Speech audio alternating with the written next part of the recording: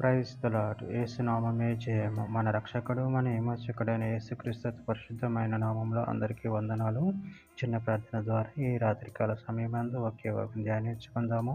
పరిశుద్ధుడ మహాగణుడు అయిన దేవ యేసయ్య, సర్వాధికారినైనా మీకు వేలాది వందనములు, కృతజ్ఞత, స్తుతి, స్తోత్రం చెల్లించుకున్నాను దేవ రాత్రికాల సమయమందు ప్రభు వాక్య భాగం ధ్యానిస్తుండగా వాక్య భాగం అర్థమాటలు సహాయం చేసి మీ కృపలో బలపరిచి మీకు మాదిరిగా మమ్మల్ని నడిపించమని చిన్న ప్రార్థన యేసు నామములో అడిగి వేడుకుంటున్నాను తండ్రి. Amen amen.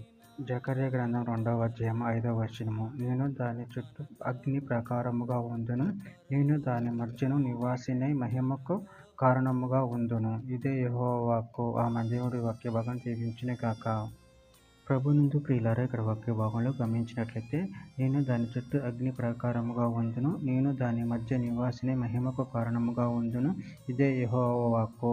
అదేవిధంగా ఇక్కడ వాక్య భాగంలో గమనించినట్లయితే, యెషయా గ్రంథం 4వ అధ్యాయం 5వ వచనంలో, సీయోను కొండలోని ప్రతి నివాస స్థలం మీదను దాని ఉత్సవ సంఘముల మీదను పగులు మేఘధూపములను రాత్రి అగ్ని జ్వాల ప్రకాశమును యెహోవా కలగజేయును. యెషయా గ్రంథం 12వ అధ్యాయం 6వ వచనం, సీయోను నివాస ఉత్సాహ ధ్వని బిగ్గరగా చేయము, నీ మధ్యన ఇశ్రాయేలు యొక్క పరిశుద్ధ దేవుడు గనుడై ఉన్నాడు.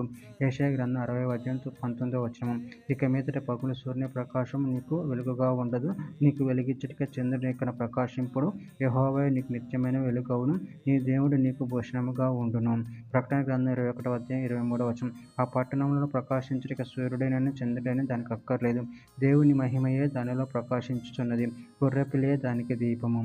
హెజ్కేలు గ్రంథం 37వ అధ్యాయం 26వ వచనం, నేను వారితో సమాధానార్థమైన నిబంధన చేసేదను, అది నాకును వారికి నిత్య నిబంధనగా ఉండును, నేను వారిని స్థిరపరచెదను, వారిని విస్తరింపచేసి వారి మధ్య నా పరిశుద్ధ స్థలమును నిత్యము ఉంచెదను.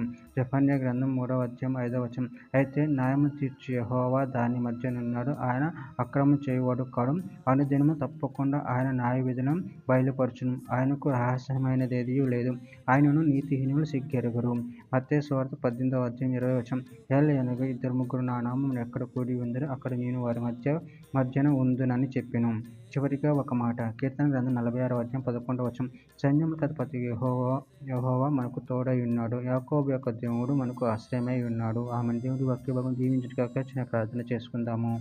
పరిశుద్ధుడా, ప్రేమగల దేవేశైనా మీరు ఇచ్చిన వాక్యదానాన్ని బట్టి ప్రభు కృతజ్ఞతలు చెల్లించుకుంటున్నాను తండ్రి. మీరే మాకు తోడుగా ఉన్నారు, మీరే మాకు వెలుగుగా ఉన్నారు ప్రభు. దాన్ని బట్టి ప్రభు కృతజ్ఞతలు చెల్లించుకుంటూ మీ ప్రేమ కృప మమ్మల్ని నిరంతరం కాచి కాపాడి మీకు మహిమకరంగా మాట్లాడుకోవాలని చిన్న ప్రార్థన నామములో అడిగి వేడుకుంటున్నాను తండ్రి. Amen amen amen.